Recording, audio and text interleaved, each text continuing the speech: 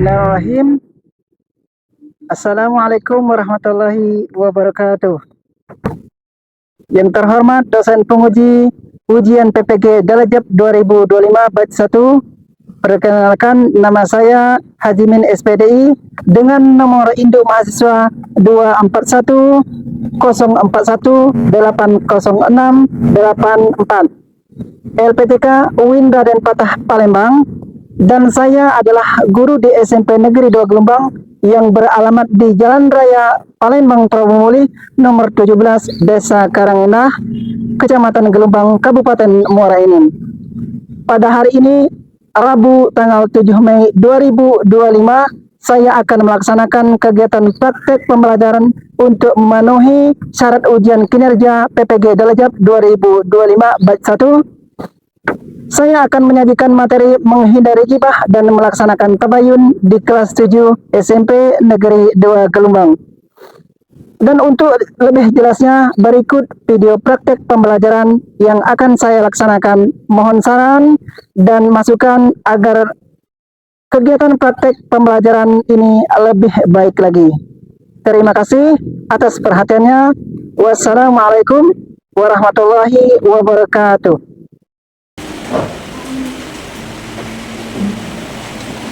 Anak sekalian, assalamualaikum warahmatullahi wabarakatuh. Waalaikumsalam warahmatullahi wabarakatuh. Apa kabar anak sekalian? Alhamdulillah, luar biasa, Allahu Akbar. Alhamdulillah. Berdiri. Beri salam. Assalamualaikum warahmatullahi wabarakatuh. Waalaikumsalam warahmatullahi wabarakatuh. Alhamdulillahirabbil alamin. Ar-Rahmanir-Rahim. Maliki yaumiddin. Doa selesai. Untuk memastikan kehadiran kalian, Bapak akan mengabsen kalian satu persatu. Apika, Hadir. Ara, Hadir. Arif, Hiduplah Indonesia Raya. Indonesia tanah airku, tanah tumpah marilah kita berseru. Indonesia Selama kegiatan pembelajaran tidak ada yang keluar masuk kelas. Itu yang pertama. Yang kedua, anak-anak tidak ada yang ngobrol satu sama lain. Jadi semuanya fokus dalam proses pembelajaran. Mungkin ada anak yang ingin menambahkan, silakan. Ya, silakan Wilda. Apa nak? Tidak boleh berbicara saat berbicara. Ya, kalau belum dikasih kesempatan jangan bicara dulu, artinya ya. Bagus sekali. Ada lagi? Hafiz, bagaimana Hafiz? Tidak boleh memakan atau minum saat jam pelajaran. Bagus sekali. Terima kasih Hafiz ya. Tidak boleh makan dan minum selama proses pembelajaran berlangsung. Untuk tujuan pembelajaran ini diharapkan pada seluruh peserta didik ataupun anak sekalian dapat memahami arti daripada materi kita, ghibah. Yang kedua, anak-anak juga dapat memahami bahaya ataupun akibat daripada ghibah. Dan juga anak sekalian dapat memahami dalil-dalil Al-Quran yang terdapat dalam Al-Quran pada surah Al-Hujurat yang berkaitan dengan materi kita, ghibah. Kehidupan bermasyarakat tentunya kita tidak terlepas dari perilaku ghibah ataupun menggunjing satu sama lain. Allah SWT merintahkan pada malaikat Raqib dan Atid untuk senantiasa ataupun mencatat amal kebaikan, amal keburukan yang dilakukan siapapun. Dalam materi ini kita tahu apakah kita termasuk orang-orang yang tercatat oleh malaikat sebagai orang-orang yang melakukan amal kebaikan ataupun amal keburukan. Dalam keseharian kita tentunya mencatat amal kebaikan ataupun amal kejahatan yang kita lakukan. Sudahkah kita melakukan amal kebaikan? Misalnya tidak membicarakan kejelekan orang, ataupun sudahkah kita melakukan klarifikasi atas suatu persoalan hidup? Salam sepeda. Satu berprestasi. Salam sepeda. Satu berprestasi. Salam sepeda. Satu berprestasi. Ikan ialah materi kita, yaitu menghindari ghibah dan melaksanakan Tabayun. Teruskan pengertian ghibah dan tabayun dengan baik dan benar. Yang kedua, anak sekalian dapat menyebutkan dalil-dalil Al-Quran dan hadis yang berkaitan dengan ghibah dan tabayun. Dapat mengidentifikasi bentuk-bentuk ghibah dan cara menghindarinya dalam kehidupan kita bermasyarakat ataupun dalam kehidupan kita sehari-hari. Dapat menunjukkan perilaku tabayun dalam pergaulan sehari-hari. Dapat mengklarifikasi suatu persoalan ataupun suatu berita. Tepuk senyum. Ibadah paling mudah adalah senyum. Pengertian ghibah. Apa pengertian dari ghibah? Ghibah secara bahasa berarti menggunjing ataupun membicarakan keburukan orang lain di belakangnya. Yang mana kalau itu benar itu adalah ghibah dan apabila itu salah itu adalah fitnah. Secara istilah, ghibah dapat diartikan sesuatu yang tidak disukai oleh saudaramu di belakangnya, baik tentang fisik, ya fisik tubuh, misalnya kakinya cacat atau pincang, ataupun matanya sipit sebelah, kenapa itu ya? Kemudian akhlaknya, perangainya, ataupun anggota keluarganya. Ya, apakah ini contohnya membicarakan orang yang tidak hadir di situ, kemudian membuat suatu berita-berita yang aneh-aneh. Ya, ghibah haram kecuali dalam keadaan tertentu yang dibolehkan oleh syariat. Misalnya dalam rangka mencari keadilan di suatu pengadilan. Misalnya ada seorang koruptor, ya diadili, diungkit-ungkit dari mana aliran uang itu dapat, dari mana dan sebagainya. Maka diperiksa laporannya, CCTV di kantor tersebut, ya siapa yang bersama dia, itu seperti ghibah. Jadi hukum ghibah adalah haram. Allah SWT berfirman, daging saudaranya yang sudah mati. Jadi orang yang melakukan ghibah ini diibaratkan sebagai orang yang memakan bangkai.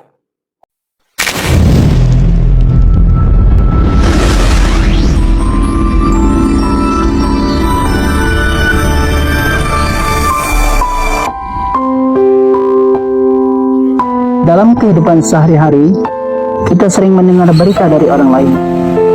Tapi sudahkah kita tabayun sebelum mempercayainya? Kau tengok ada si Fajar ini kemarin noraknya ancak emak. Iya, warnanya juga tidak cocok di dia. Mungkin dia beli dikasih murah kali ya. Iya kalau untung deh selera aku dak cak dia. Iya, untung kita udah kayak dia.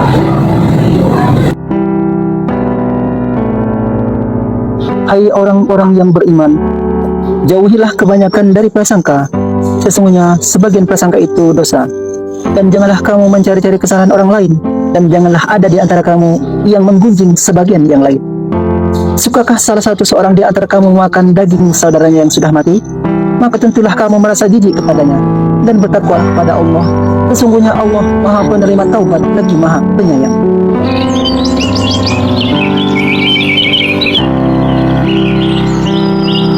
Tahu gak sih?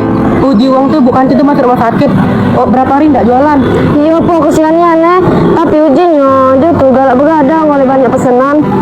Iya, kasianian. Tapi kita nggak boleh yang termasuk ini gibah. Iya juga. Semoga dia diberi kesembuhan. Iya, semoga ibu kasih itu cepat sembuh ya. Iya. Wahai orang-orang yang beriman, jika seorang fasik datang kepadamu membawa berita penting, maka telitilah kebenarannya, agar kamu tidak mencelakakan suatu kaum karena ketidaktahuanmu yang berakibat kamu menyesali perbuatan tersebut. Oh tahu tak?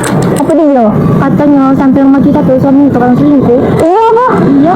Kau tahu di mana? Ya tidur di Rempong. Ya Allah kasihan nih betinanya. Tapi kita dosa lah ya nak ngurusi rumah tangga Allah. Takutnya dosa. Ini kan tuh harus diubah.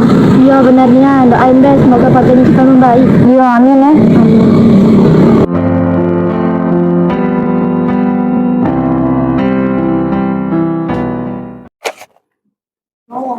Oke, silakan ini dikerjakan bersama-sama ya. Mohon kerjasamanya. Karena ini kelompok, di sana ada tiga contoh kasus yang akan kamu selesaikan.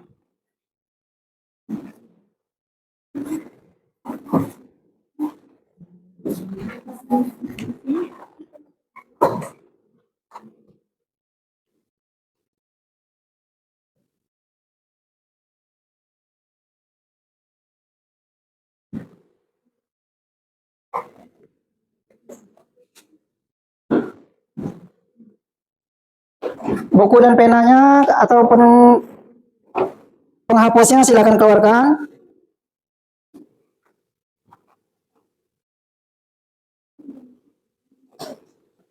Baik anak sekalian, silakan kerjakan. Sudah ada yang sudah selesai? Oke, cukup. Sekarang setelah ini nanti dikumpulkan, Bapak akan tunjuk per kelompok untuk maju ke depan membacakan hasil diskusinya ataupun hasil kerjasamanya.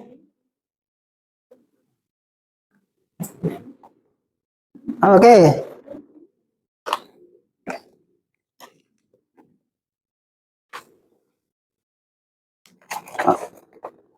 Ya, bagus sekali jawabannya sepertinya.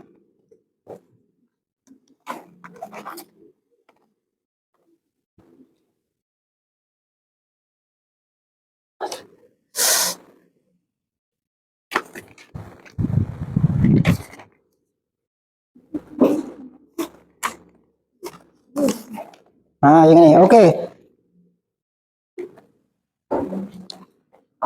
Selanjutnya untuk presentasi pertama ini Bapak minta kelompok 2. Oke, kelompok 2.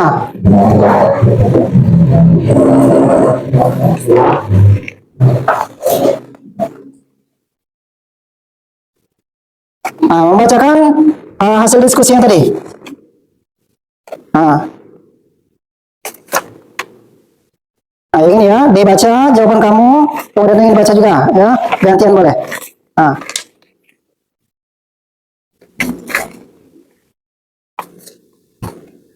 Assalamualaikum warahmatullahi wabarakatuh. Waalaikumsalam warahmatullahi wabarakatuh. Kami dari kelompok 2 akan mempresentasikan hasil diskusi kami mengenai gibah. Apa yang dimaksud dengan gibah? Gibah adalah membicarakan keburukan orang lain di belakangnya meskipun apa yang dikatakan itu benar.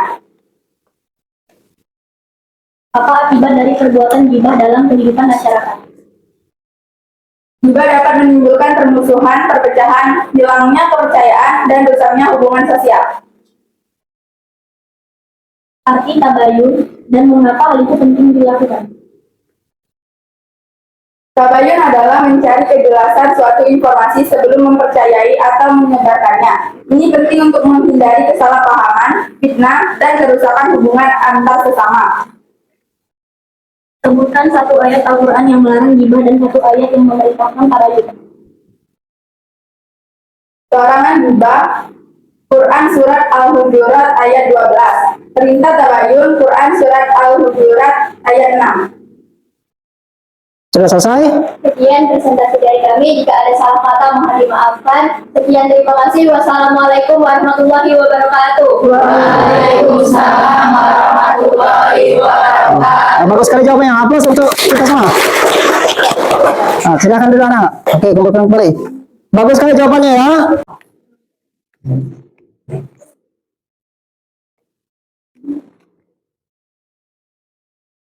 Assalamualaikum warahmatullahi wabarakatuh. Waalaikumsalam warahmatullahi wabarakatuh. Kami dari kelompok 2 akan menampilkan drama dengan tema gibah. Vika, kamu lihat nggak fotonya Yunda? Pasti dia pacaran diam-diam. Cahaya, jangan gibah.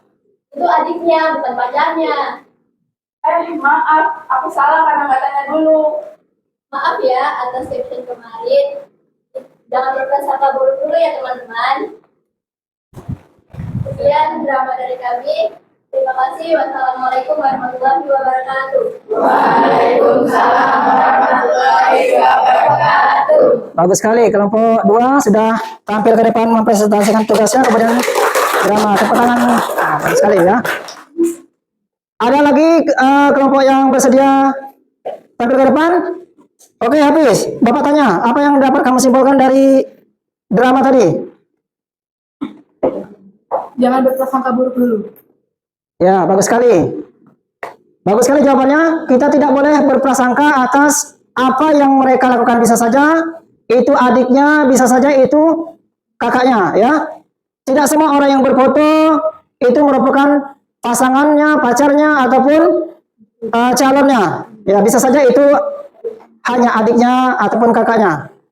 Kita tidak boleh melakukan ataupun sembarangan mengklaim ataupun menjudge seseorang atas penampilannya, fisiknya, ataupun keluarganya. Ya, kita harus berhusnuzon, berbaik sangka. Sebagaimana Allah SWT berfirman dalam surah Al-Hujurat tadi, A'udzubillahi minasyaitonirrajim, ya ayyuhallazina amanu jtanibu katsiran minadh-dhanni. Wahai orang-orang yang beriman, jauhilah banyak dari prasangka, karena prasangka itu adalah ya, prasangka itu tidak boleh karena hukumnya adalah dosa. Lebih baik berhusnuzon. Kalau kita berhusnuzon, tentunya kita akan mendapatkan pahala di sisi Allah Subhanahu wa taala. Jangan asal mengolok-olok.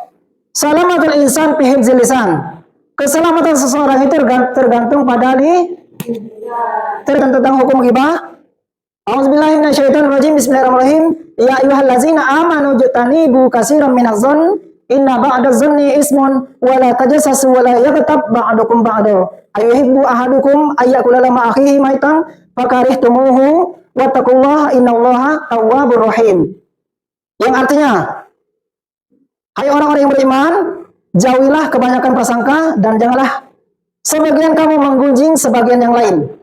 Sukakah salah satu di antara kamu tepuk senyum? Ibadah paling mudah adalah senyum. Bagus sekali. Coba kita ulang sekali lagi supaya lebih semangat. Tepuk senyum. Ibadah paling mudah adalah senyum. Bagus sekali. Coba dua kelompok ini, Bapak mau dengar ataupun menyaksikan tepuk senyumnya. 1, 2, 3, tepuk senyum. Ibadah paling mudah adalah senyum. Wala tajassasu wala yaghtab ba'dukum ba'da. Jangan juga kalian menyelidiki ataupun memata-matai seseorang. Seperti itu ya. Sampai di sini paham anak-anak? Keselamatan seseorang itu tergantung pada lisannya. Kalau dia ngomong yang kotor, mana mungkin ada yang mau berteman. Kalau dia asal ngomong menyakiti orang, mana ada yang mau berteman, ya. Hubungan sosialnya menjadi rusak, hubungan kekerabatannya menjadi tidak baik. Akibatnya bisa saja di tengah jalan bisa ditodong ataupun bisa saja didoakan orang lain dengan doa-doa yang tidak baik. Jadi ghibah itu artinya membicarakan keburukan orang lain di belakangnya meskipun apa yang dikatakan itu Bapak akan memberikan tugas minggu depan, karena minggu depan kita itu materinya yaitu tentang amanah. Bapak minta kalian untuk membacanya, membuat ringkasan daripada materi amanah tersebut. Paham anak sekalian? Paham. Bagus sekali.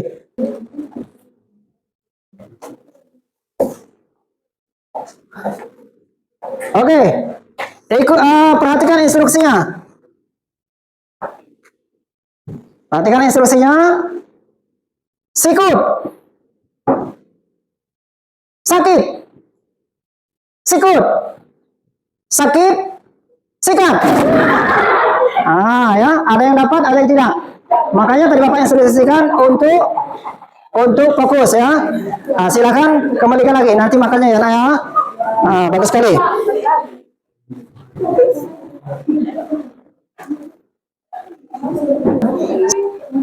Bagus. Baik ya, Bapak ambil dulu.